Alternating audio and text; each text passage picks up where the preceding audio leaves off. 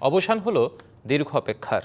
যমুনার বুকে স্বতন্ত্র রেল সেতু পেয়ে উচ্ছ্বসিত নদী তীরের মানুষ। এই সেতু দিয়ে দ্রুততম সময়ে দেশের উত্তরের সঙ্গে মিলবে পূর্ব আর দক্ষিণের জনপদ। সেতুর প্রভাব দেশের অর্থ বাণিজ্যের গণ্ডি ছাড়িয়ে যাবে আন্তর্জাতিক অঙ্গনেও। খরস্রোত যমুনা, তার উপর দিয়ে ছন্দ তুলে যাচ্ছে ট্রেন।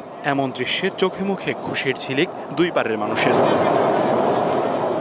দেশের সবচেয়ে বৃহৎ স্বতন্ত্র রেল সেতুতে উত্তরের জনপদের সঙ্গে অর্থনীতির নব অধ্যায় শুরু হবে।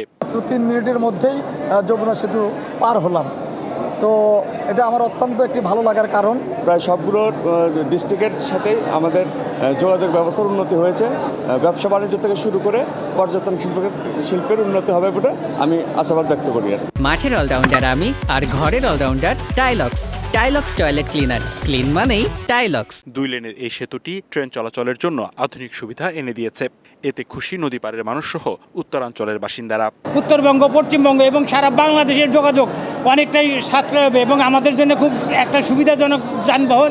দেশের মাটিতে নদীর ওপর সেতু, সেই সেতুর বাতাস ছড়িয়ে যাবে আন্তর্জাতিক বাণিজ্যেও। লিখনকান্তি ভৌমিক, ডিবিসি নিউজ ডেস্ক।